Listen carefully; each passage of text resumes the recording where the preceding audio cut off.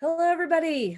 It is 7:01 on fabulous February 2nd. It's been a pretty great week out there with a lot of sun and the light coming back in our mountains, and hopefully you've been out enjoying it. My name is Wendy Wagner, and I am the director of the Chugach National Forest Avalanche Center, and we are down in Girdwood. This is our fourth forecaster chat this season, and it is a Snowmachine Specific discussion. The topic is Head on a Swivel, and it will run just about an hour and a half. So we will be closing up shop by 8:30 tonight. And thank you so much for tuning in on a Tuesday evening. Also, big thanks to Alaska Mining and Diving Supply, AMDS, and Anchorage, Yamaha, and Polaris for co-sponsoring the event.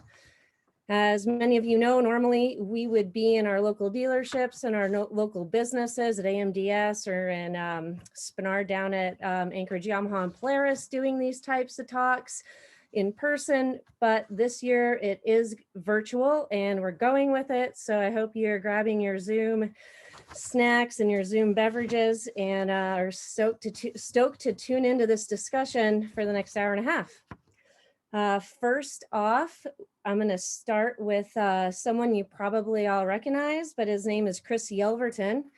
Chris is going to say a few words on behalf of the Friends group. So Chris is the treasurer on the board of the Friends of the Chugach Avalanche Center. And Chris, take it away. Thanks, Wendy.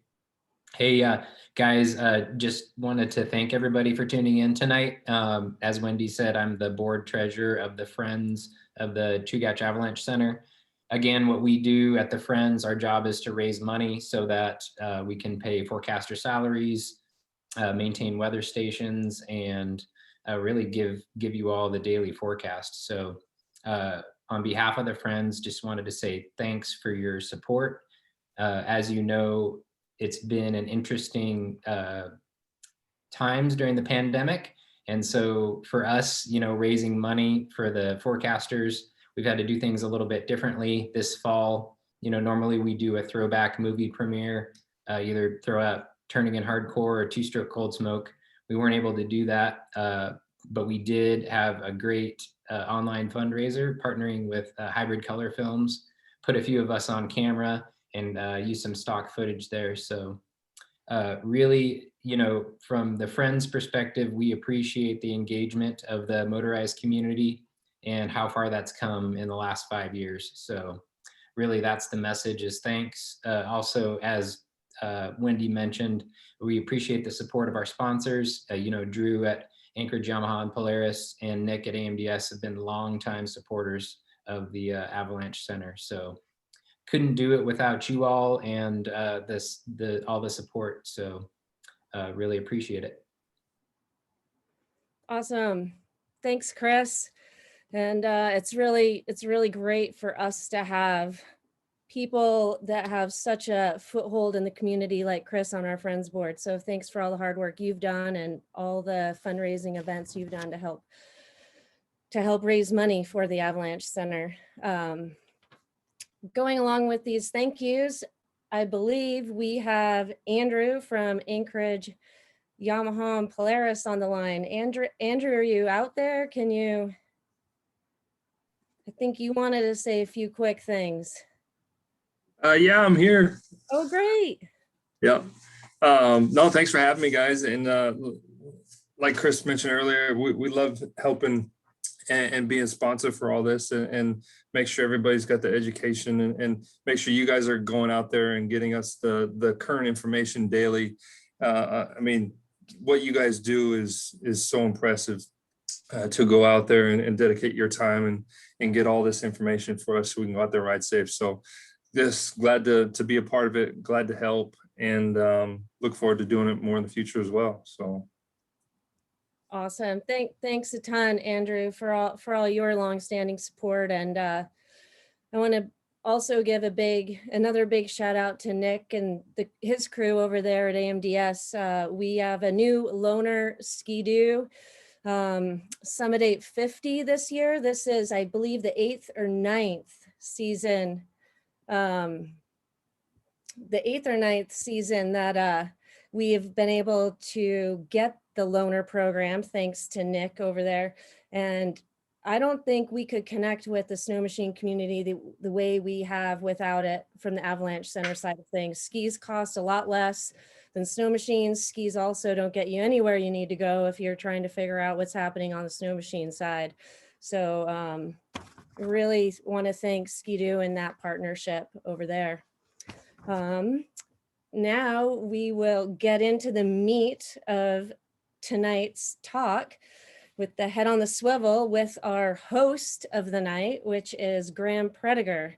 And so Graham, believe it or not, has been with the Avalanche Center for 9 years now, both forecasting, doing outreach events. As you've seen him all over the place on social media, he's been a huge proponent of the Avalanche Center on his off time as well as on time. Avid snow machine rider, as you probably have seen him out there and clearing weather stations and everything else. And Graham also works with the Alaska Avalanche School as a snow machine specific avalanche educator. So if you're thinking of taking a class, I would definitely get a hold of the school and see if you can get Graham as your instructor, because he's top notch. Graham, why don't you take it away for the evening? Awesome. Thanks, Wendy. Thanks for the intro. And just a quick plug for the Alaska Avalanche School. I heard as of about 2 hours ago, there's exactly 1 spot left in a Moto Level 1 next weekend, Sunday, Monday, less than a week away. So get in touch with Kakiko or somebody at the Alaska Avalanche School if you want to fill that spot and get out in the backcountry and get learned up with myself and a few other quality instructors next weekend. Great. Well, looking forward to tonight's discussion. This all came about through some conversations with Wendy and Olive and Andrew and others in the community, just to talk a bit about this idea of, kind of keeping our head on a swivel out there, keeping that situational awareness in the backcountry. And tonight, I want to emphasize that this is really, it's meant to be a discussion amongst a couple of us on this call here, and then amongst the audience, amongst you guys as well. If you came tonight to expect a lecture or a PowerPoint or a slideshow, you're going to be disappointed. So hopefully that's not the case. We'd love to get some audience participation and get some conversation going. We've got a chat that you guys can tune into and participate with. Should be on the lower part of your Zoom dialogue there. Right next to the chat, there's a Q&A button as well. And Wendy will be monitoring both of those throughout the evening. So, use the chat function as kind of an informal chat back and forth. And then if you have any specific questions for myself or Tim or Wendy, feel free to use that Q&A dialog box. Also, if you want to just raise your hand and say your piece, or if you have something to share, there is a way to raise your hand in Zoom. And again, Wendy, within the chat box, and again, Wendy will be monitoring that, and will interrupt us and get you guys into the conversation as well. What else? I want to, so, at this point, it's as it's been stated by Chris and Wendy, it's a little bit different this year for sure. The benefit of going to this virtual platform is that, we could have folks tuning in from all over the country, all over the world effectively. There's probably more than one of you out there that don't have pants on right now. That would never fly at the shop at AMDS or in Spinard. Another benefit, we can all grab our Zoom beverage. Mine's not showing. There it is. I prefer the big can of Girdwood Brewing for any of my Zoom meetings. So cheers to Zooming on a Tuesday night. Thanks for being here. With that, I want to introduce Tim Thomas. We're gonna kind of have some back and forth this evening. Tim is calling in tonight from Haines, Alaska. He originally hails from Colorado and Texas, and now calls Haines home. In 2004, Tim started his professional career in the snow world as a helicopter ski guide, and he currently is still in the guiding realm. He's a pro member of the American Avalanche Association, has been through Pro 2 avalanche classes, Pro Rescue, and holds a wilderness EMT cert. His focus now and interest really lies in avalanche education, really focusing on the progressive evolution of motorized users.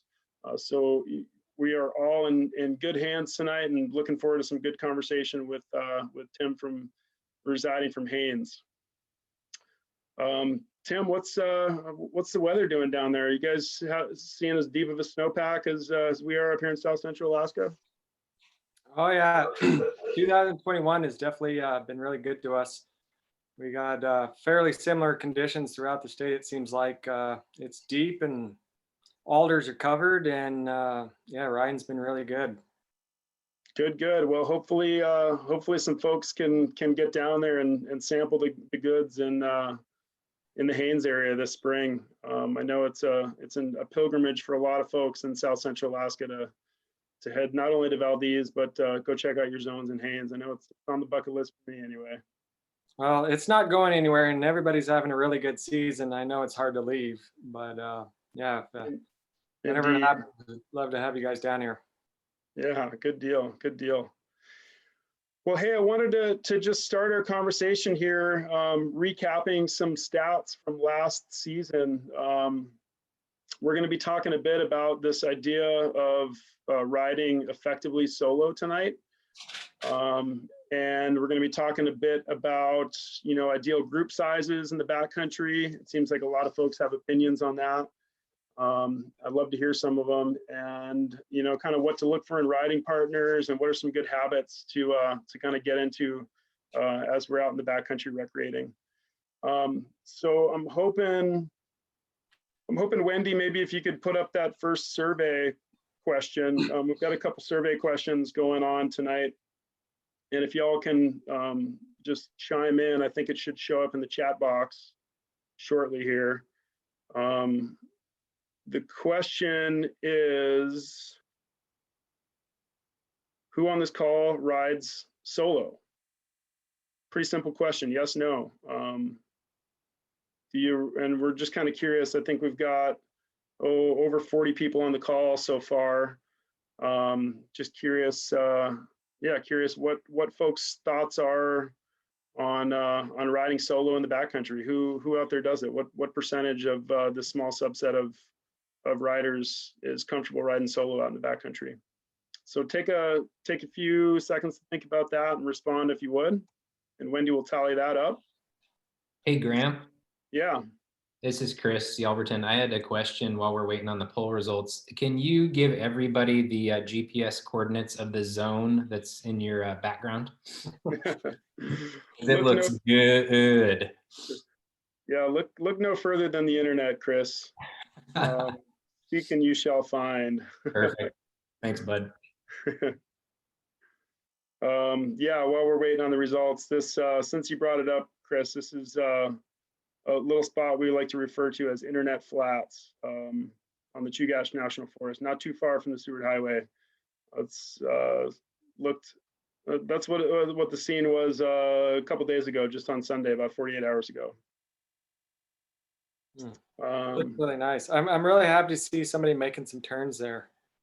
Not just in it. If you look close above that shoulder, this is actually a goat track, which was kind of cool to see. It almost looked like a crown, but pretty incredible where that guy was going, or looking for food, I presume. All right, so we'll wait a minute for Wendy to get those results tallied up, and that'll kind of give us a place to start on tonight's call. But I do want to bring up these stats from last year.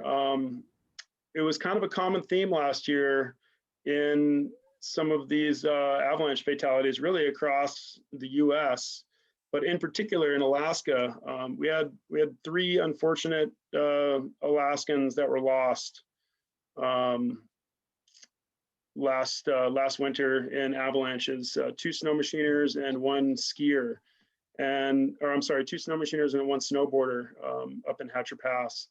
And a common theme between all 3 of the accidents is that these 3 individuals were all recreating solo in the backcountry. 2 snow machiners were out solo, and the 1 snowboarder was solo as well when he got caught in an avalanche. So our poll is back, and 81% of folks say no, they do not ride solo, and 19% say that yes, they do. So that's awesome. That's a good spot to start. So basically 4 out of 5 in the small subset are not comfortable riding solo. And can you throw up that photo, Wendy, that first photo? Yep, it's coming. Thanks.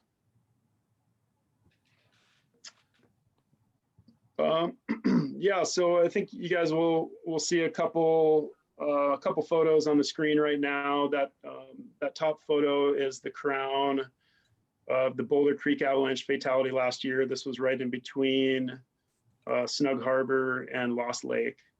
And then the lower photo, it's a little bit difficult to pick out given the resolution, but right in the middle of that peak, there's an avalanche. Yeah, right there where Wendy's pointing. This was Dutch Harbor I think it was last February, just about a year ago. Again, both of those snow machiners were solo. You know, not to say that it's wrong to ride solo for the 1 out of 5 on this call that do or are comfortable with it. It's just kind of a risk tolerance deal. And for me personally, I don't tend to go out snow machining solo just because more than anything, I'm concerned with getting just too stuck in a tree well and not being able to get myself out. But I do ski solo a fair amount, and I put some mitigations into my day and take some terrain off the table when I do that. So again, it's just kind of a personal preference for everybody. The Utah Avalanche Center did kind of a cool look at this data and stats over the last decade plus, and they kind of came up with this idea a few years ago. Everybody knows what riding solo is, but there's this other idea of riding effectively solo, or skiing effectively solo, or recreating effectively solo. And the Utah Avalanche Center defined effectively solo as being 1, out of sight from your riding partners, too far away from your riding partners to effect a good rescue, or also caught in an avalanche and unable to effect a rescue. So there's kind of two ideas we're talking about here and we're introducing. There's the idea of riding solo, and then there's this idea of riding effectively solo. Can you throw up that second photo, Wendy, that graph? Yeah, so this is about a 10-year subset across the US. And you know, this data is a little bit dated now, about 3 years old. But almost half of the avalanche fatalities, 44%, were this subset that was defined as either A, completely solo, or B, this idea of effectively solo. Tim, what do you think? You know, the UAC defines effectively solo as out of sight, too far away from their partners to effect a rescue, or also caught in an avalanche. What do you think are some other ideas about like effectively solo? How would you classify a rider as effectively solo? Well, first, I just want to thank everybody that is attending tonight. It's so awesome that you guys are taking the time to do this. So I just want to say that really quick. Thank you all for doing that. Two, it's kind of cool. It's like I wasn't super aware of this term before this topic came up. And so since then, I've been doing some head scratching and talking with my wife and thinking about it. And I actually looked up the definition of effectively. And so it's successful in producing a desired and intended result. So I think it's a kind of a two-sided thing is, one, you're solo, but then it's if you're effectively solo. So I think it's the biggest part of it is just recognizing when you are solo. I mean, obviously, if you choose to go out by yourself, you are, and then there's certain things you need to do. I think you hit the nail on the head by saying you need to drop your risk tolerance based off of that. But I think more important and through thinking about it is how many times within a big group you become solo. You're out there with whatever size it is. And then I love it as my wife calls it, you get two-stroke syndrome and you just take off. And then all of a sudden you and the person you're supposedly your buddy is all of a sudden solo. So I think it's a very dynamic thing that one is most important is just recognizing it happens and then choosing the proper mitigation tools. So I think that's a great place to start is understanding when you become solo and how often it happens throughout a day. Yeah, for sure. Wendy, do you have that next photo? I think it kind of gets to the point when I chose this photo that Wendy's about to put up, it kind of gets to that point of what you described as the two-stroke syndrome. Like all of a sudden you got your group of 5 or group of 7, you're all running around in terrain like this and getting into, there's, in this photo, there's big complex terrain, and then there's all kinds of small micro terrain. And yeah, just I've been thinking about it a bunch more when I'm in the backcountry, particularly in what I would call this micro terrain, kind of this stuff in the shadow in the foreground here. How easy it is to get sucked into that as a snow machiner. We're covering so much ground, we're covering so many different aspects and elevations and different slopes in a given day, let alone like an hour, or let alone between breaks when you're out in the backcountry. If this guy or gal in this photo were to all of a sudden veer to the right into that kind of concavity, that concave slope that in the shade there, does anybody have eyes on him, or his other 3 buddies like kind of over the ridge and out of sight? That's kind of one of those ideas is effectively solo, out of sight or too far away to effect a rescue. A few other ideas I think about when I think about effectively solo, particularly for myself when I'm out recreating, either skiing or snow machining in the backcountry, is what kind of skill level do my partners have? Are they trained? Are they untrained? Can I count on them to effect a rescue if things do go south?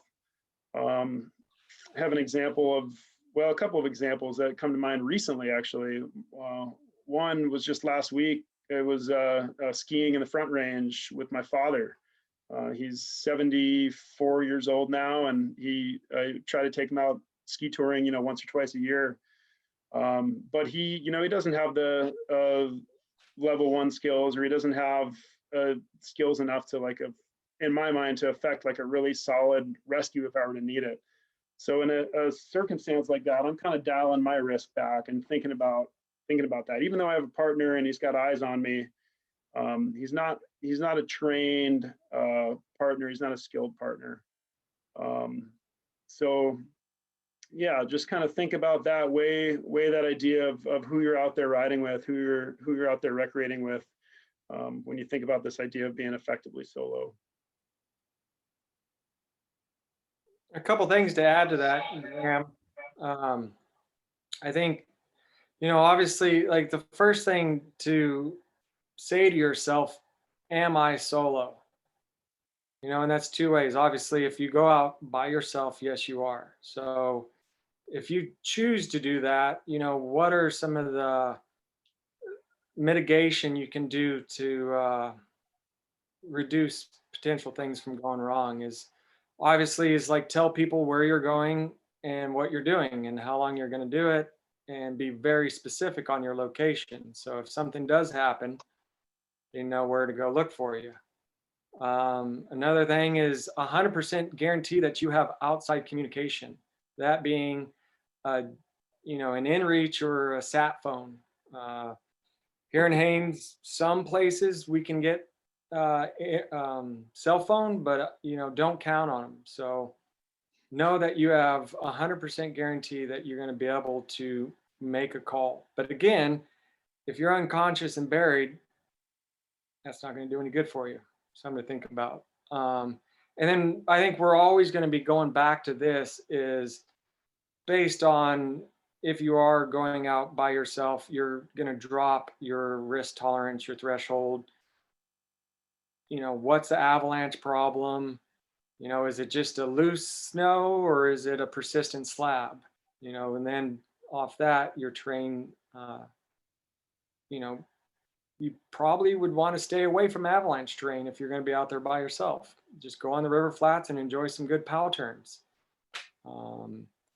But if you are with a group and all of a sudden you become effectively solo, again, is just recognizing like I'm in a group, I'm by myself all of a sudden.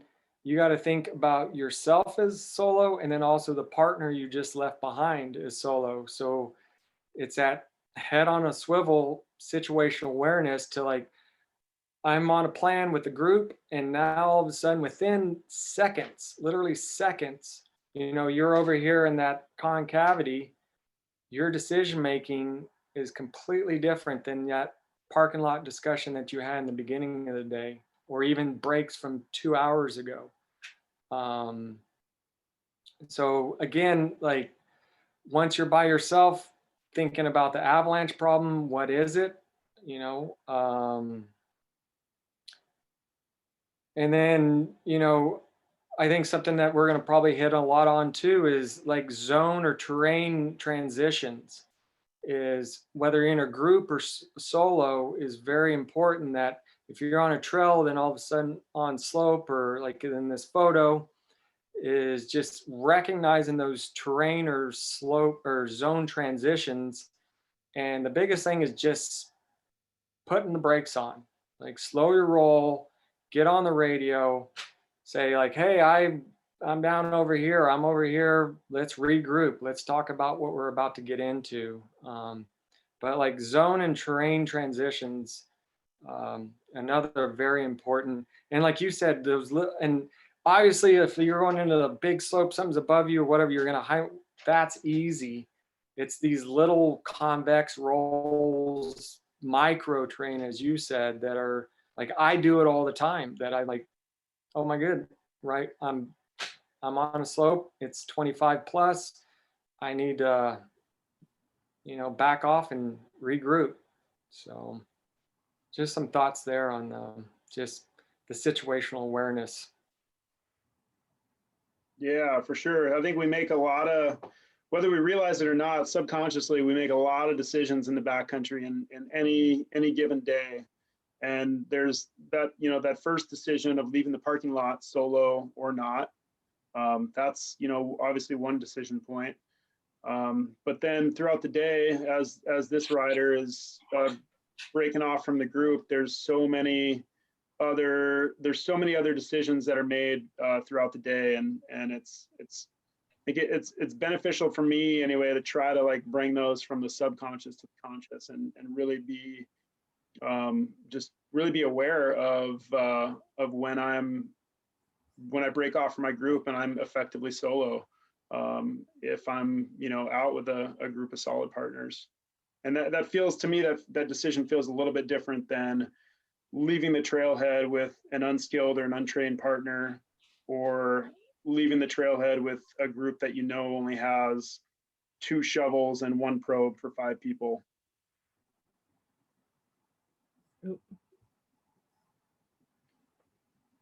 So yeah, when I think of effectively solo, it's those unskilled, untrained partners. Like that's going through my mind.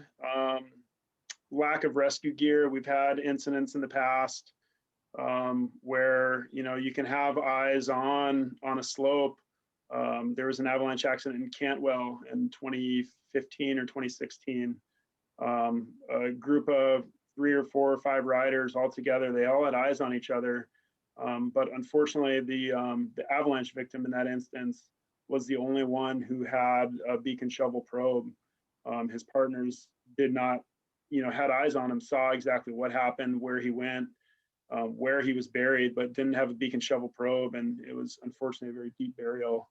And it took a very long time to rescue, and with not a positive outcome, unfortunately. Yeah, kind of other examples I think of effectively. So I mentioned the lack of rescue gear. I've definitely found myself in those situations before with groups where, you know, someone decides they'd rather carry a 22 on their back to shoot rabbits instead of a backpack with a big shovel and a probe in it. That doesn't give me warm and fuzzies, you know, knowing that someone like that's going to affect my rescue. So what do I do to mitigate that? Well, I'm going to stay out of avalanche terrain.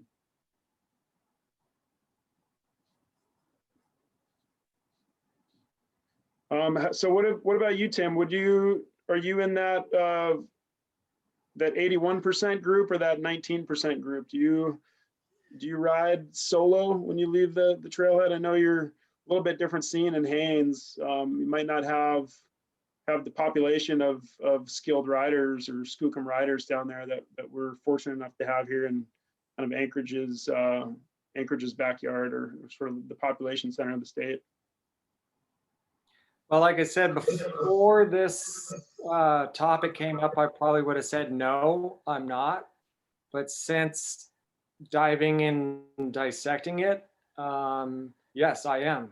Multiple times within a big group that, you know, it's like that Saturday Night Live sketch. I don't know if you remember Mike Myers, he ate a piece of chocolate and you just get all like crazy. It's like, you know, that's just what we do, is you get on the throttle and you see something and you go.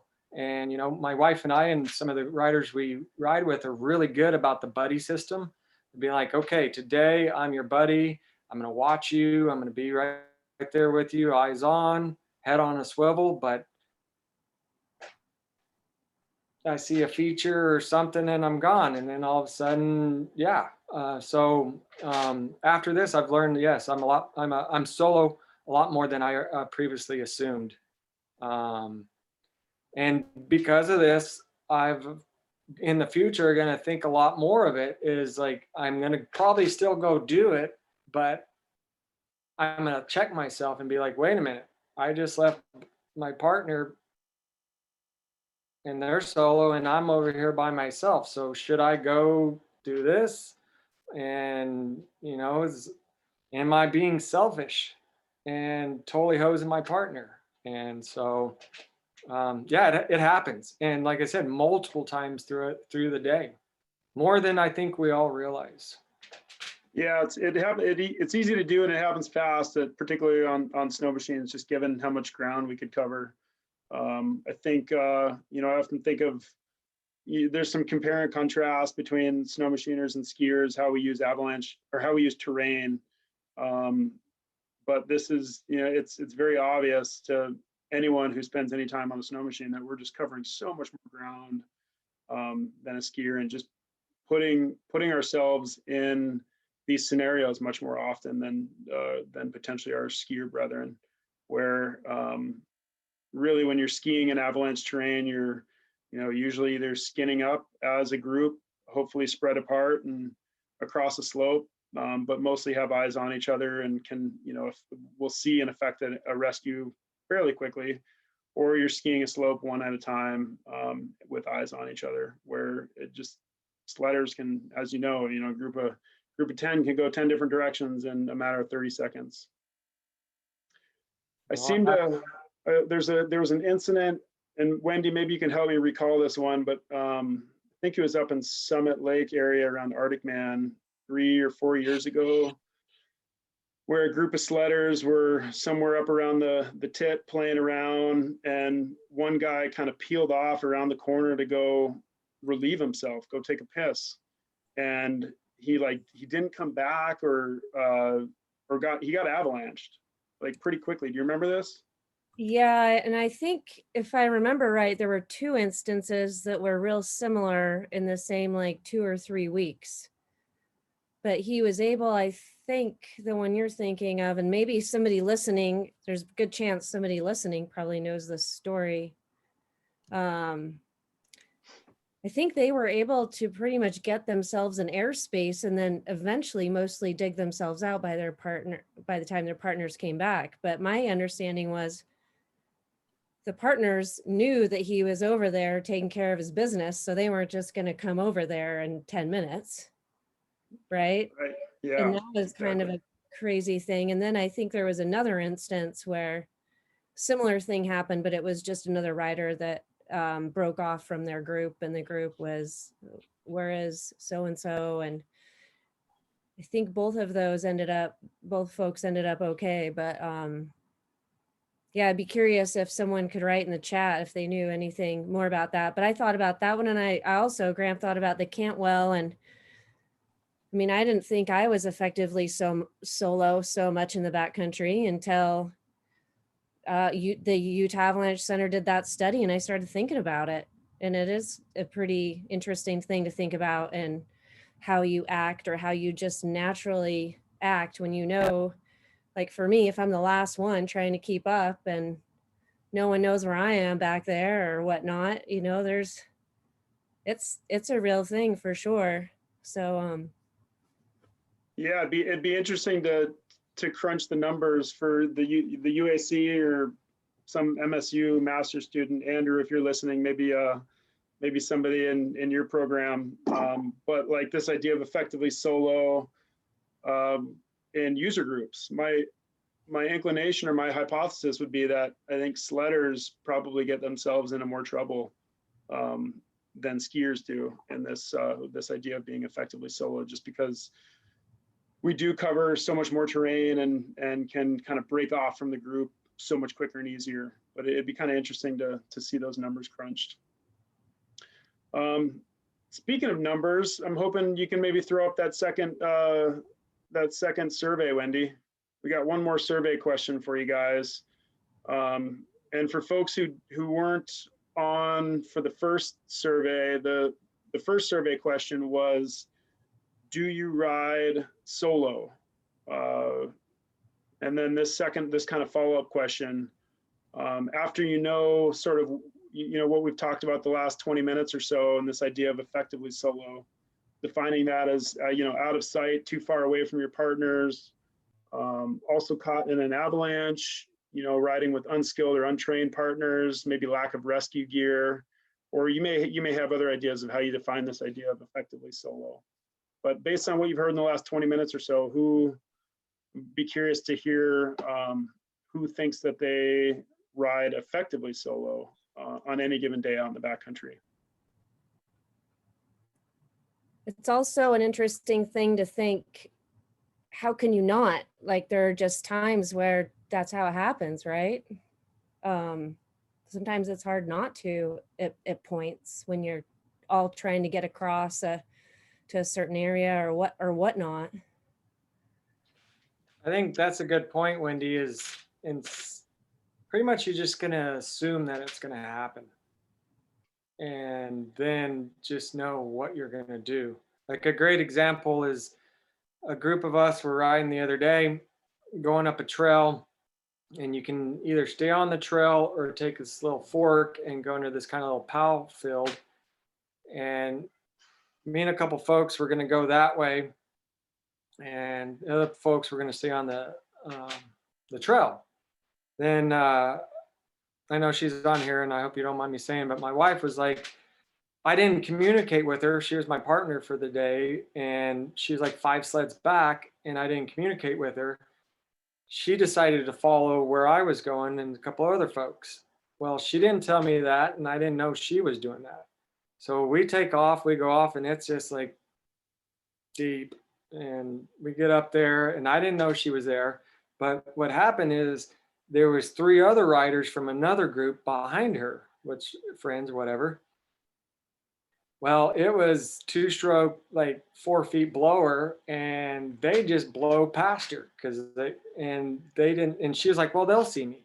Well, they just took off. So all of a sudden, nobody knows she's there. And her mitigation was, just took off because like, we all were lost in powder. And so like, again, it just like, it happens so fast. And even if you have a plan, it could just go out the window really, really quick. Granted, for her credit, she got stuck, but she got herself unstuck and it was rad. And we got to enjoy the POW, but. All right, nice. And that's the thing, usually everything ends just fine. And you guys are hugging and high-fiving back at the trailhead. And there's no instance of anybody getting avalanche. Like that's 99.9% of our 99.999% of our trips in the backcountry. Like that's exactly the case. But it's just a good recognition and kind of an eye opener for me. Just this idea of effectively solo and how it differs from just riding solo. And for the 1 out of 5 folks that ride solo, I would be curious to hear in the chat, or if you want to speak up, like what kind of mitigations you all bring into play, and what makes you feel safe riding solo in the backcountry? Is it you're just not going in avalanche terrain, period? Or are there other things that are kind of going into your thought process to have some level of comfort riding solo? So if anyone's brave enough to speak up, I'd love to hear it in the chat, or raise your hand and Wendy could take you off mute. Andrew did say that he thinks there is a project in the works at MSU, Montana State University, using GPS to track terrain use within groups and then analyzing line of sight between partners during a day of riding. And yeah, I think, is that with Yordi and Jerry? Is it Jerry Johnson? Is that what the work they're doing, Andrew?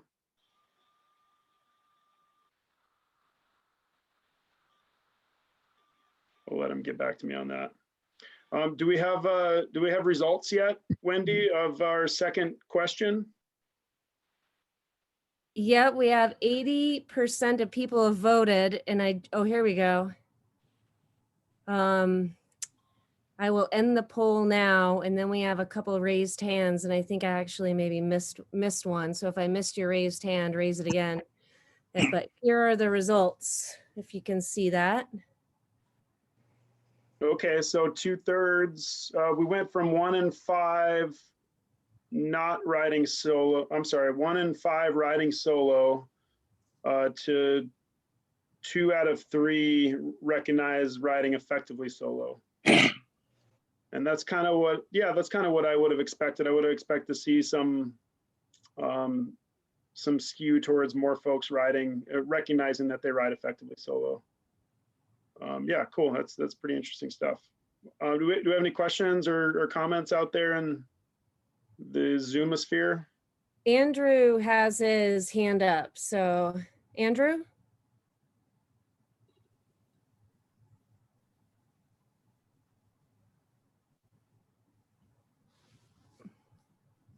Andrew, you're on mute. Yeah, we don't hear you, Andrew. And then Andrew Smith also has his hand up. So maybe we'll go to Andrew Smith.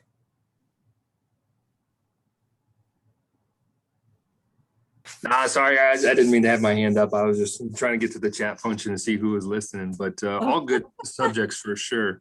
And I think the clarity of, being out there riding solo to actually making your, doing solo things with a group, but out of touch with a group, or, I was one that voted that I did ride solo. I don't do it often, but I do get out there once in a while, just got a nice day, banger day, and you got to go. And recognizing the difference between being solo and just doing solo events with groups, it's good to understand and know where you're at, what you're doing, and the realities of, you know, the chances of getting caught in one. Like I said, every once in a while I do get a ride solo, and, you know, minimizing the time you spend in an avalanche terrain, you know, still getting out and having a good time, but just recognizing the dangers, knowing the forecast, and just minimizing that time, but yet still getting out and having a good time. Sure. Yeah, that all makes sense. You know, and I just got to say, we all know this, but like I just had a big realization the other time I was out riding is the beauty of a snow machine is you can be on a 10-degree slope and still be having the time of your life. You know, given good snow conditions, you're making turns, you're powering, you're throttling, you're popping, whatever. It's like you don't have to put yourself at risk as, say, like people who are using non-motorized. You can have all the fun of why we like snow on flat ground. Yeah, definitely a benefit to our sport, huh? Well, I'm not sure if Andrew Andrew, do you want to say a couple things? And then we have another raised hand here, which is awesome. Yeah, can you hear me yet? Oh, there we go. Gotcha. Oh, I think I had this going through a Bluetooth speaker. I think that might have been gumming up the works. But yeah, I just wanted to, that GPS tracking thing that they had going at MSU. I'm not sure how far along they are with it, but it was a kind of a cool, I think it was like based on a tool that Esri, the people that make like ArcGIS, had developed for the military, where you can track like two moving objects and see based on the terrain, like what percent of the time you can actually see your partner. And so I know, yeah, Jordi Hendricks was working on a project where you could just basically throw a GPS device in your backpack, and you could probably do it with your InReach. And your partner has one as well. And then you just record your tracks, and then they can go back later in the day and look at it. And it would be a good eye opener to see like how much of the time during the day you can actually see your partner. You can actually be an effective rescuer if something goes wrong. But I'm not sure how far along they are with that, or if it's still in the planning phases, or if it's going to happen or not. But I know when I first heard about it a couple years ago, it seemed like a really cool thing to take a look at. But anyway, that was just what that thing at MSU was. It's a little bit out of date in the timeline of this conversation now. It took me a while to figure out how to get unmuted. Gotcha. Thanks, Andrew. Thanks for the comment. Yeah, you bet. We have Justin. I just think oh great, you're there.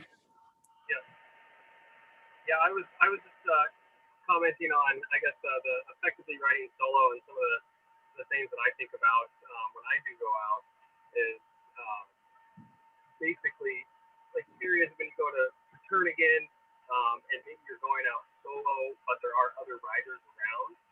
I definitely find myself only riding at like 50% aggressive level as far as, you know, opposed to if I was out with friends, and then B, if I am out riding solo, which I do sometimes, I'll try to be in a zone where I'm with an eye contact or visual contact with maybe another party, and maybe try to make myself known too, not putting that pressure on them. That's not like trying to join the group. But if I come into a zone like Junior's Bowl or something towards the end of the day and everyone's leaving, I'm definitely not going to play around in Juniors. I might go play around in Main Bowl while there are other people still playing around. And I think that's a good thing to keep track of, because I did have a close call once with another group that did help me out because they had it on me. And then additionally, knowing what radio channels that are common in areas, even if you are going out solo, I definitely recommend bringing a radio and knowing kind of the areas, you know, in Jernigan or Lost Lake, what a lot of those users, what channels they might be using. So if you do have an incident, you might potentially be able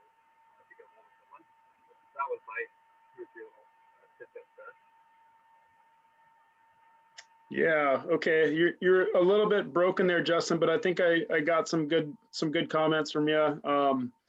Specifically talking about our radios at the end of your comment there, and somebody else chimed in too in the chat. Since groups started using BCA radios a couple years ago, it's definitely added a level of protection when we temporarily get out of the line of sight.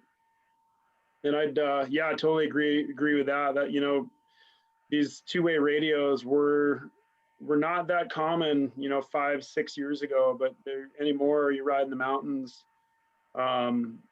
Most crews have them, and communication is huge to be out there to keep track of each other and to effect a rescue and communicate with other groups as well.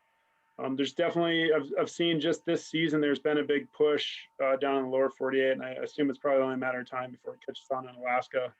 But there's getting to be some standardized channels for different zones and different states and things like that, where you know, unaffiliated groups can communicate with each other if they know kind of the common channel for whatever zone they're riding in. I think that's a good mitigation as well.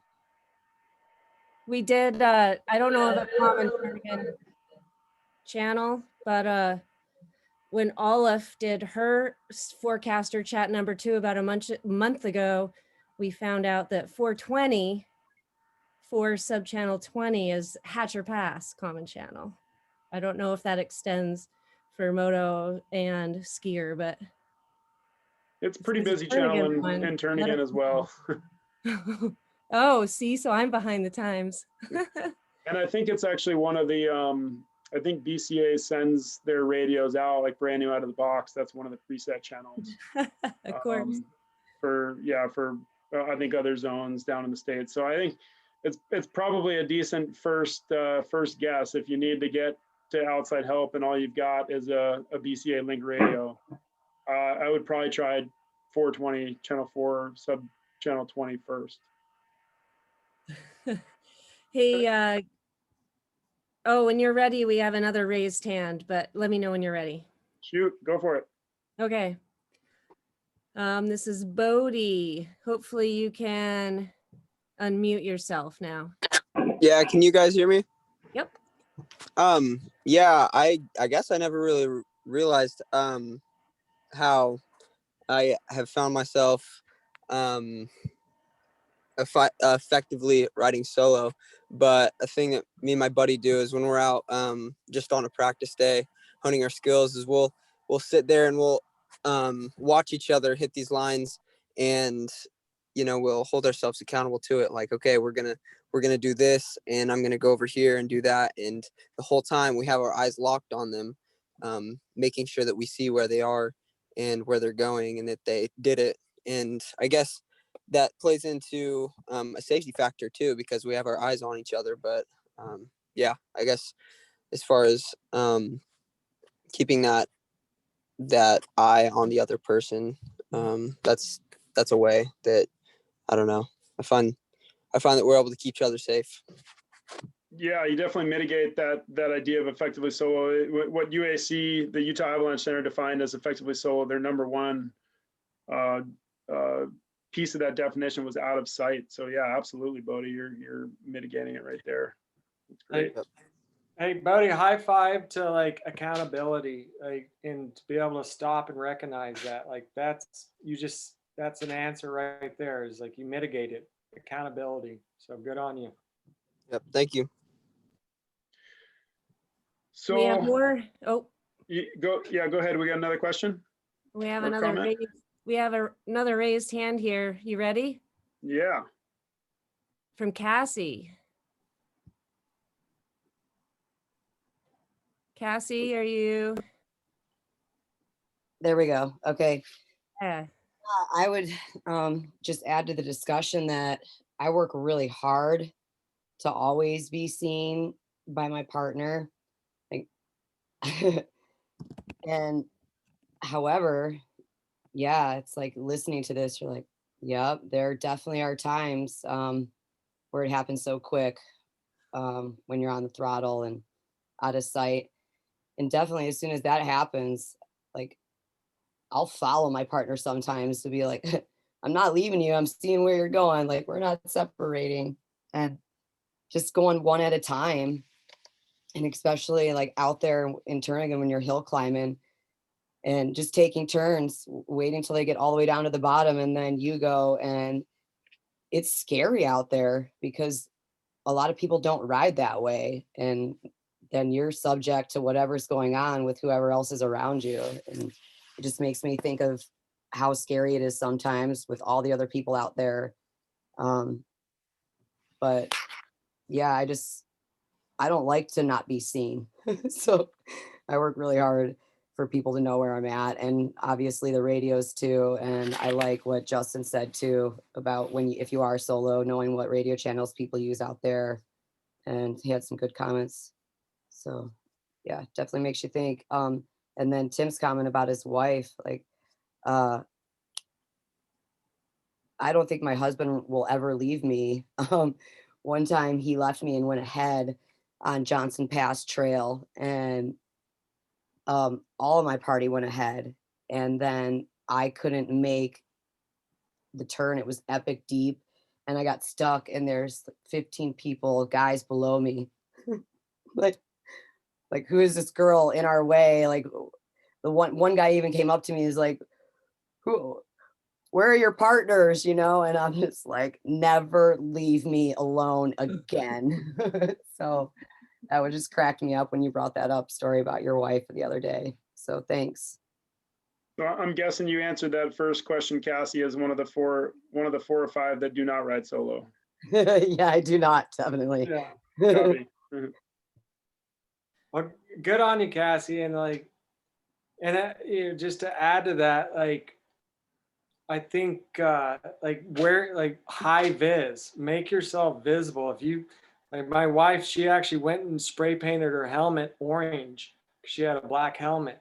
Because think about it, like when you're out there wrapping around and you're like trying to like watch where you're going, and also see and if you look like a tree, you know, I'm not asking everybody to go out and buy high vis gear, but it's just like one more thing you can think about. If you have a new jacket or a new helmet, think about something that helps you become more visible. Can we make it illegal to wear snow camo yet?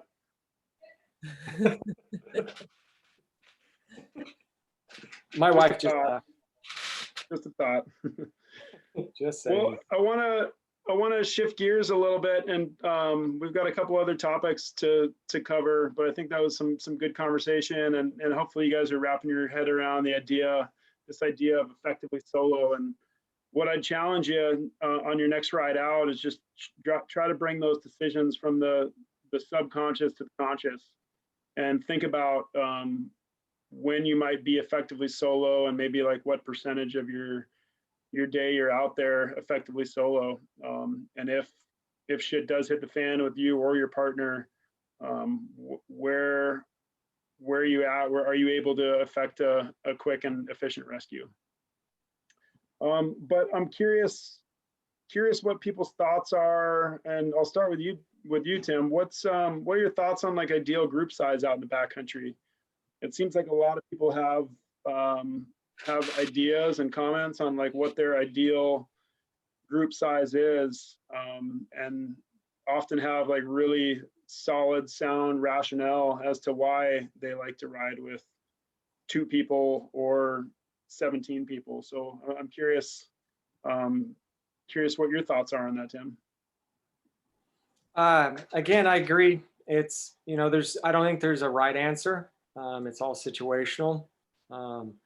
But the wife and I were talking again. And so like, to start with, I would say even numbers, obviously, because so if 2 obviously is better than 1. 2, yeah, you're gonna have help, but you know, if it's a deep day or here in Alaska when it's slop and wet and heavy, that's gonna be a long day. You're gonna be digging a lot, meaning pulling each other out of getting stuck and whatever. So I'd say somewhere between 4 and 6, because when I want more numbers is when it comes down to strategic shoveling. And hopefully everybody's familiar with that. Is there's techniques proven that using your beacon, yeah, that's important. But nowadays things, 3 antenna, they're really fancy. That's quick and fast. What takes the most time is probing and shoveling, mainly shoveling. So if I want to get dug out of a hole really quick, I want, 4 to 6 people. So on one level, that's the way I look at it. More eyes, seeing like, okay, I saw a collapse over here, or I saw a natural over here, or, hey, it's getting really warm, or do you see that active wind loading? So more eyes out there.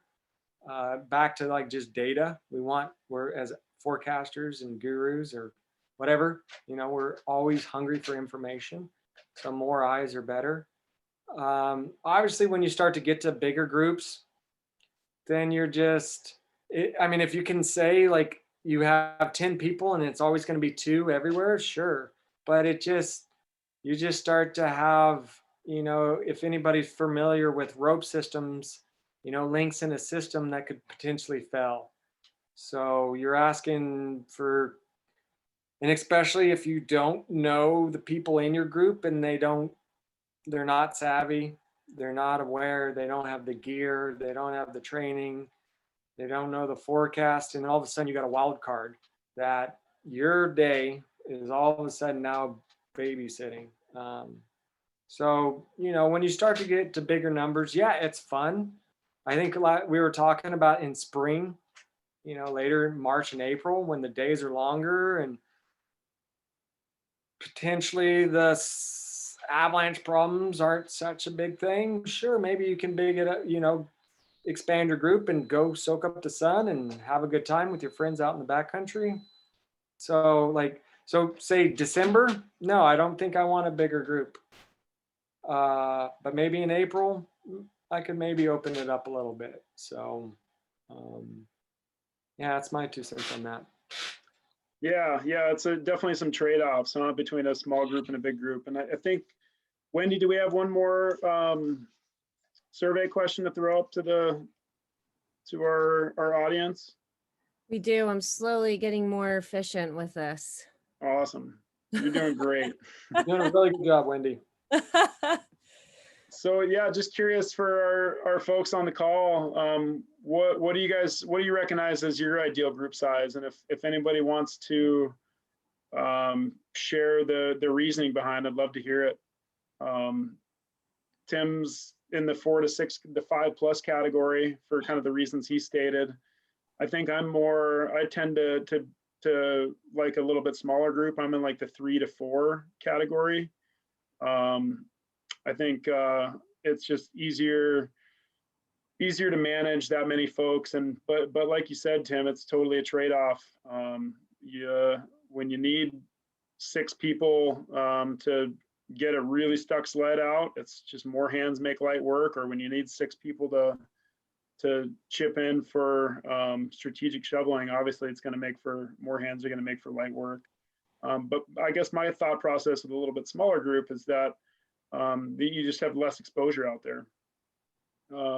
There's less, it's just a numbers game, less chance for folks to get into trouble, to get caught in avalanche, to get stuck, to go into a creek if you got a smaller group. And just for me, it's just easier to manage, particularly like this time of year, midwinter.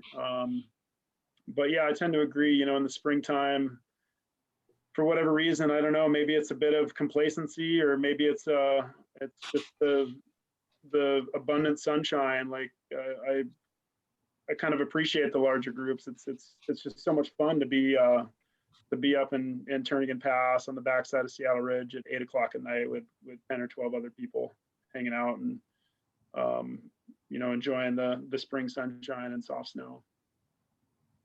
But yeah, definitely a trade-off, I think. And I think for me, it also depends on the day's objective too. If it's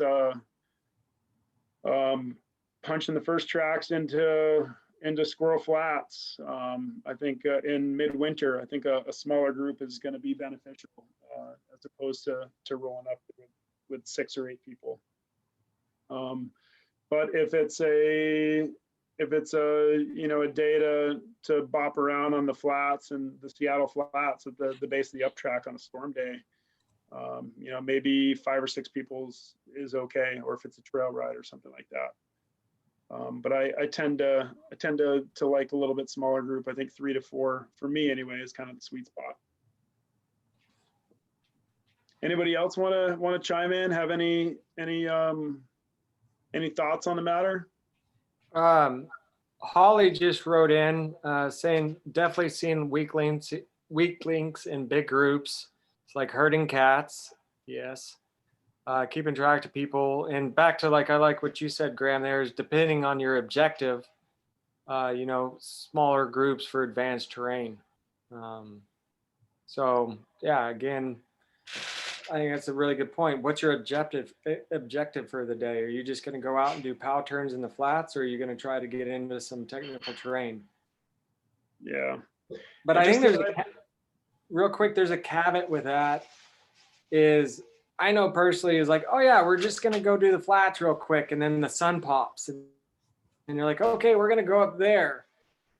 And then all of a sudden your plan changed and you went from simple terrain to complex terrain. So again, everything happens fast on the snow machine. We have a couple hands up here. I think Sterling just tried, but I don't, maybe you put your hand down, but we have one from Justin. Let me. All right, Justin, you should be able to chat. You guys hear me all right? It's a little soft. Can you guys hear me all right? That's way better. Yeah, we got you, Justin. We had you. Oh, sorry about that. There we go. We got you now. Oh, I lost you again.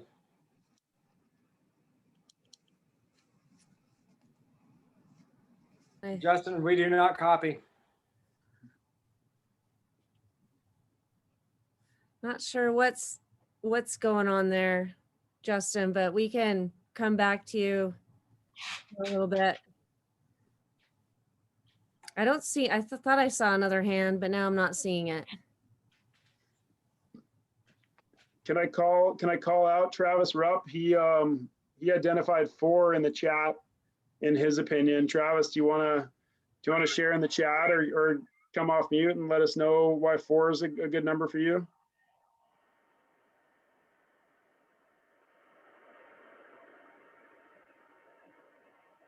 Let me get, just when I thought I could make this work. Oh, there he goes. Now I see it, Travis. Okay. I think Travis, you should be able to talk. All right. Yeah. I'm, can you guys hear me? Yep. We got you, Travis. All right. Apparently my wife's icon is there, but anyway, yeah. And 4 people for me has worked real well because, you can use that buddy system and, you can always keep an eye on your buddy.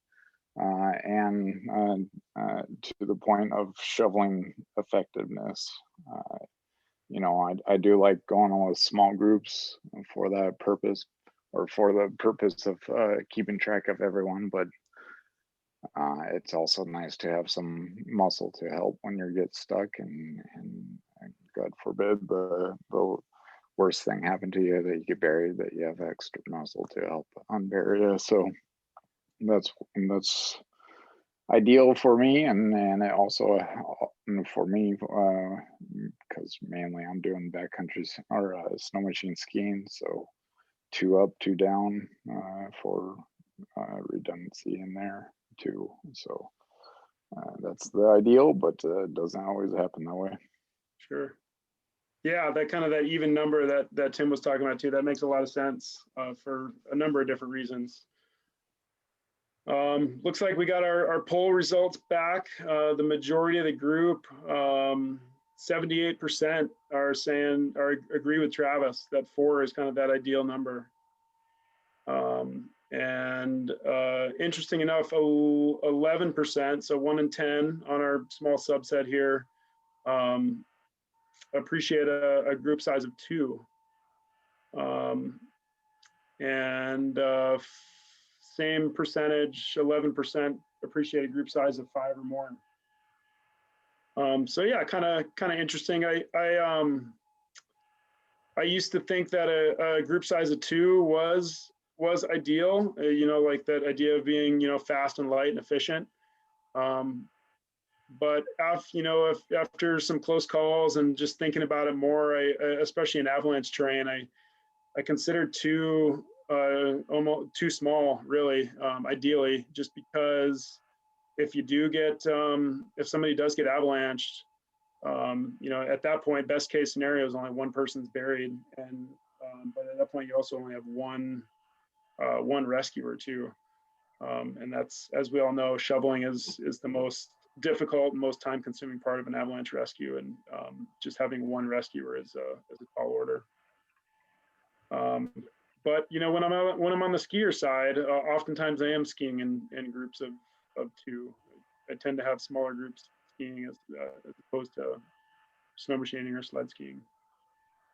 I'm not sure if you guys see, Justin wrote his comment in the chat there about, for bigger groups, they have a buddy system that is on similar skill and terrain level.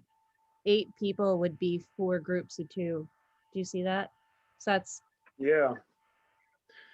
So that's kind of an interesting point, Justin, and it kind of brings up another question I have, and for Tim and others too. But like, Tim, what are you looking for in your riding partners in your group of 5 or 6? What's kind of your ideal subset of skills? Is it who's got the day off of work? Is it who's got room in their trailer to go out with you for the day? Or is it, do you have similar risk profiles? Do you have the same training, the similar gear? Like, what are you looking for in partners? So mainly I'm looking for other people riding Arctic Cats because no, I'm just kidding. No, that's a really good point, Graham. I appreciate you bringing that up. So obviously I'm looking for somebody that Beacon Shovel Pro, not only they have it, they know how to use it. Not only they know how to use it, they've actually trained with it within the last year to 2 years, you know, level up, you know, rescue training, avalanche, you know, level 1, at least doing continuing education with awareness programs, you know, like taking advantage of stuff like this tonight, so that I know that I'm not having to, like, is that person going to be able to dig me out? So that's obviously the first one is just their skill set. Then yeah, it's the same risk tolerance. Like I'm actually personally dealing with that right now. Here in a couple days, I'm turning 42, and my risk tolerance versus 20 years ago is completely different. And I've actually had to kind of come to the hard truth of deciding certain people I want to ride with. It's unfortunate, but like some people just have different risk tolerance than I do. And it's important just to recognize it, and it's okay, you know, and they're, you know, on said day, it might be the same, it might be different, you know, it's just, it's okay that we have different skill sets, or risk tolerance. But I think that's a really important one to just hash out, whether it's a discussion over beers or in the field of being like, I'm not okay with that. Are you? Okay, well, maybe next time we're going to think about this differently. Here in Haines, interestingly enough, like we don't have a lot of people to choose from. So it's not like what you all have to deal with in Turnagain. Like you guys have a lot of people to choose from. So like that adds to that. Like, am I just going to decide not to ride today because I can't find the people that I'm comfortable riding with? Or am I going to have to make an exception? I know that's hard because, again, we might choose a plan for the day, and then all of a sudden we're in the back bowls of whatever, and what we decided we weren't going to ride. You know, I've dealt with that. So, yeah, it's a hard choice sometimes, but in the end of the day, it's really not. You know, live to ride another day, and I can go ride on the flats or go work in the shop or something else. So, Sure. in my day and age, yeah, I kind of have to choose a hard line. But that's just me. Yeah, I think sometimes in our community, we do kind of have the opposite problem, and it's not like scratching up partners, but it's like, who do I not answer the call, or who do I not return a text to, because I know they want to go riding with me, but really I don't want to go out with this person for, you know, A, B, C, or D reason. But yeah, I think you hit on something there, a similar risk profile. For me, I would add to that, and in terms of just thinking about objectives for the day, similar ideas of, and that kind of tears off risk profile, but like, where do you want to get to today? Do you guys have kind of do you have a common goal with your partner of where you want to get to, or what you want to see, or what you want to do? I mean, is everyone on the same page that it's a day to go punch into new terrain or get up on the glacier, or is it just a day for poking around in the flats? And if those objectives for the day don't align, then it's good to be looking for other partners. Can I jump in here, Graham? Yeah. Real quick. I know we have about 10 minutes left, and Chris wants to know, A, where this photo's from, and B, do we have more nice photos to put on the screen as we finish off our last section here? I think, you know, I got this photo off my phone this afternoon, and I think it's Squirrel Flats. Maybe. No, it's Upper Huffman, Graham. Oh, copy. Yelverton knows it's Upper Huffman. Yeah, I think it's Squirrel Flats. And yeah, Wendy, that's maybe a good option to queue up to the next photo. Been looking at this one for a while, haven't we? And yeah, I threw this one in there just kind of as a prompt as we're talking about group size and choosing our riding partners. Not as sexy of a photo, but this is a photo from this winter on a day I was out with just some really skookum riding partners, and we're able to push into kind of a new, deeper zone. We're sort of all on the same page, and it was just a good example of a solid group of riders, and with kind of all similar trainings and similar objectives, and we're able to have just a real fun, successful day in new terrain.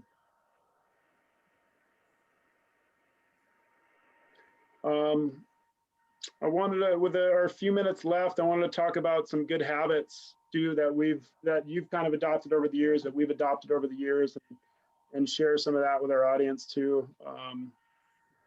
And Tim, I know you've been working on kind of a quick checklist for sledders, and I'm hoping we have some time right now to kind of share that and introduce that to the group, if you would. Yeah, if you don't, Wendy, do you have that photo? Yeah, there we go. So this is something I came up with a couple of years ago. We could just keep saying it. Everything happens fast with the snow machine.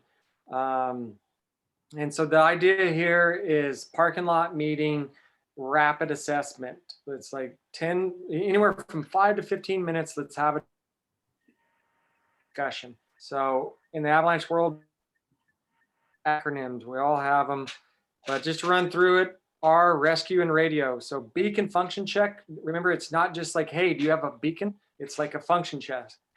Does a battery send, receive, range function? And then all the other rescue gear. And then what kind of communication do you have? Do you have the two-way that you can talk within the group? And then obviously what I talked about earlier is a GPS. So then avalanche report. You guys are so fortunate up there. You have an amazing avalanche forecasting organization, and they're so on point. So you can just click, boom, everything's right there. What does avalanche forecast say? And based off of that, what is the avalanche problems that you're dealing with. Is it a wind slab? Is it a persistent? Just a loose? You know, back to what we were saying, then that's going to kind of depend on what you're going to do for the day. Kind of just going with the flow is off all that. Then you're going to identify what kind of terrain to use or not use. So if it's a wind slab, you're going to stay away from the, you know, what's loaded. If it's persistent, understand where the persistent layers are. Stay away from overhead hazards. You're not going to ride multiple people at a time. You're going to do eyes on. And then the last one that is harder to do, like if you, all y'all could imagine a bunch of dudes standing around, the women there, thank for y'all because you make us talk. But it's like, hey, you know, I haven't been riding this year, or I was caught in an avalanche last year, or my dog just died, or I got a new clutch kit and a stage 2 and a new wrap, and I'm so excited to go ride, you know. So you're going to be kind of talking about stuff like that, you know, basically it's a flow chart that within 15 minutes, you got a good plan for the day. Yeah, that's awesome. And I've got, Tim sent a stack of these rapid assessment stickers up to myself a few weeks ago, and I'll be sharing these this winter with Alaska Avalanche School students and others. So if you're interested in getting one of these stickers to put on in your trailer or on your cowling or your sled or wherever, hit me up or hit Tim up. But I think it's an awesome tool, just kind of quick checklist, easy to remember acronym, and it's quick and to the point. And that's something for me that's really important. It's just this idea of parking lot protocol as just a really good habit to identify and communicate with your group every ride, like no matter what. Just try to get this, you know, try to make this a system as you go riding. You know, it's like putting your boots on or putting your helmet on, whether it's this rapid checklist we're going through or something you come up with yourself, but just take the time, take the few minutes pre-ride to just get everyone dialed and on the same page. It's a system that works really well for pilots and others in high-risk professions, the idea of using these checklists.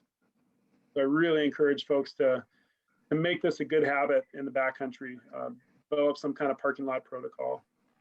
And other stuff on my radar that I like to do is, you know, kind of gather that information throughout your day, starting in the parking lot and with your group, and then looking around in the mountains. Are you seeing any red flags? Is there flagging of, you know, high winds on the high peaks? Are you seeing recent avalanches, things like that? You know, terrain progression is huge as well. Just dialing your terrain up as you go throughout the day, as you can kind of get a better idea of what the snowpack's doing. You know, jump on some small test slopes, see how the snow's reacting before just, you know, center punching a high mark up some, you know, up repeat offender, up a big bowl. Obviously, travel protocol is a big one that if you read the avalanche advisory with any regularity, you'll see forecasters talk about travel protocol and being, you know, minimizing your victims and maximizing your rescuers is kind of the idea with travel protocol. So if things do go bad, only one person is exposed to avalanche terrain at a time. So get in the habit of that out in the backcountry with your riding group and harp on them, you know, where you're parking your sled, where you're stopping for lunch, really matters. There's been a lot of incidents over the years of groups getting avalanched because they're just not clear from the bottom of a slope. So keep that in mind in terms of where you're traveling, where you're stopping, which direction your sled's pointed at the base of a slope. If it does avalanche, is your kill switch up? Can you start your sled and get out of there quickly, or are you gonna be struggling to do that? And then kind of the last one that I want to touch on for good habits is, you I strongly recommend saving the smoke and the sauce for post-ride. It's become part of a kind of a culture of snow machiners and skiers to break out the bottle of whiskey or crush beers throughout the day. But just consider where you're at and consider who your partners are, and if you really need to act fast and affect a successful rescue. Do you want to have a clear head, or do you want to be clouded due to substances? So again, just save that stuff for post ride. And as Alan says in the chat, don't be afraid to debrief. And those stupid mistakes, you could bring them up and share them and laugh about them, or fix them before your next ride. And that's a great time to crack the top of a beer and just kind of debrief with everybody.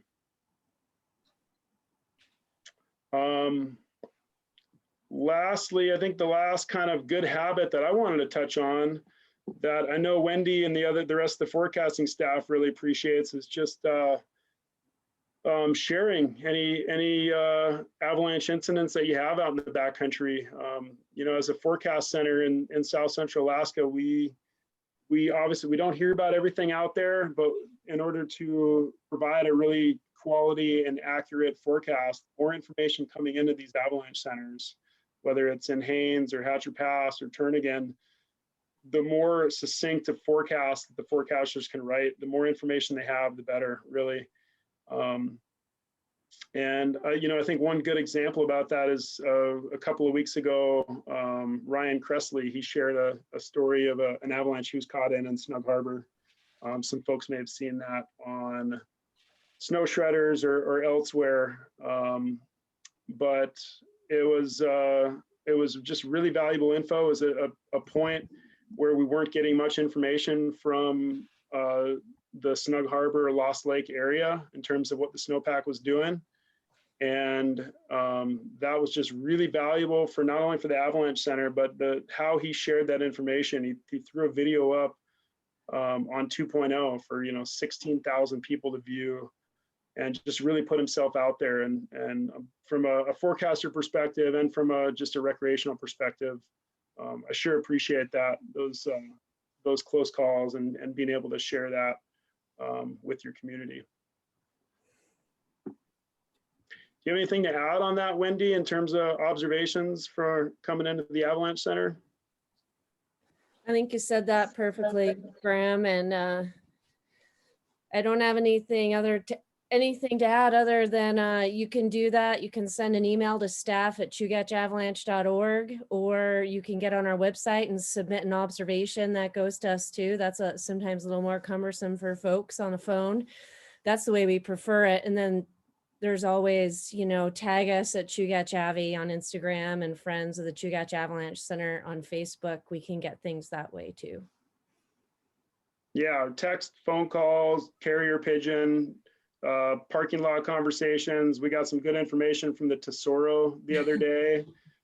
So if you see a forecaster at the brewery or at the gas station, don't be afraid to chat them up. And gosh, with that, I want to thank my fellow panelists, Tim Thomas and Wendy, for moderating, and everybody that tuned in.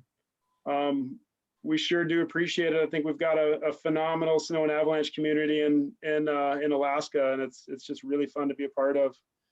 I think the three of us will be hanging out for a bit longer. If folks have questions or want to throw something in the chat, we'll be here for another 5 minutes or so. Yeah, I wanted to mention there are a few hands that we didn't quite have time for, so throw them in the chat and we'll stick around. Thanks, Graham. Awesome. Thanks a ton, and thanks Tim for being here with us, and Chris. I think he's still on the line. You're welcome. It was an honor.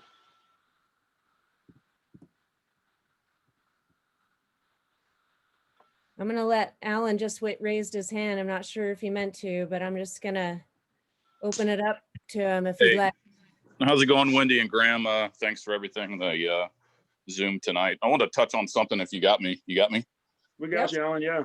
Yeah, don't, I think some of these radios, and this is maybe something you can table later, I think some of these radios give people a false sense of security sometimes, but they're good to have. But I mean, we had a pretty close call last year up in the Skookum Heights area, group of 5, pretty deep day. We were up there and pretty advanced level set of riders that were there. I think 4 out of 5 were level 1 trains, and we were having a break and we heard somebody playing that was in our group, and it got kind of quiet. So we were just thinking he was sidling, and this is less than probably 200 or 300 yards away. So we keyed the radio after about 2 or 3 minutes because we didn't hear him. Obviously he's out of sight, so he's considered solo at that point. But individual had done a re-entry, which, you know, kind of doing a turn down, but the sled had flipped back on him on his chest. Luckily he had a chest protector on, but he was trying to clear his mic, had snow in it, and it got partially crushed. So, you know, if you stop and you're calling out to people and you're hearing weird stuff on the mic, just keep calling out. And if it gets weird, like, go search for him. Because I mean, he'd been there for about 3 minutes and the sled was on top of his chest, and it wasn't, I'm talking steering post and chest. His head was pushed down in the snow. But yeah, I've got a video of it. It's pretty wild. So yeah, like sometimes radios, and that's another thing, is locking the radio out on that channel. Guys will flip channels all day long. I find myself when mine gets flipped too. So yeah, just don't be afraid. It's kind of the accountability aspect that somebody had touched on earlier. Like, just don't be afraid to ask something like that the second or third time. Like, are you okay? And then if something puts that hair up on the back of your neck, you know, go look for them. But yeah, that's all I had. Sorry. Yeah, no, thanks, Alan. That's like, I think we could do a whole nother talk on that, and the idea with technology and the limitations with it too. I mean, radios and avalanche airbags, and all this other technology has been just a godsend over the years, but it definitely has its limitations. And if you don't recognize those limitations, then yeah, you can overcompensate and get yourself into trouble. But I mean, same idea with airbags, where a lot of people think airbags are just this magic bullet. But every winter there's multiple examples of people being fully buried with successfully deploying their airbags, or they just never pull the trigger. So there's definitely a human error with all this technology. Yep. And it just all comes back to basic accountability. Like, if something seems wrong, it's probably wrong. Yeah. And just go that extra step. And I've been guilty of not doing that. I think most people are. They just never been called out on it. But yeah, just if something seems wrong, it's probably wrong. And in that instance, I mean, we had some pretty high level trained people there, and some were probably there. And yeah, we recognized it pretty quick and dealt with it. So, but I mean, it could have turned out bad, because if you were there hanging out, having lunch, and yeah, where's so-and-so at, that's how it goes. But yeah, thanks for tonight. I appreciate it. Yeah, thanks for tuning in, Alan. Alan, you still there? I'm here, yes. Hey, you brought up a really good point. Like earlier, I just wrote in a chat, I was like, yeah, get a radio. And I don't know how many times I've said that, but it's like, a light went on my head. Is like, it's like anything else. You have to practice with it. You got to know how to use it. And like you say, just like, if you're used to talking on a radio and you don't get something, yeah, sure. But people that have never used a radio, it's like, get a radio and stop there. Like, we're not doing due justice. It's like, get a radio, understand how to use it. And like you say, pay attention to anomalous events or whatever it is. But I think you just brought up a really good point that I'm going to preach to other folks, is like, know how and understand how a radio works. So thank you. Yeah, no, thanks. Appreciate it.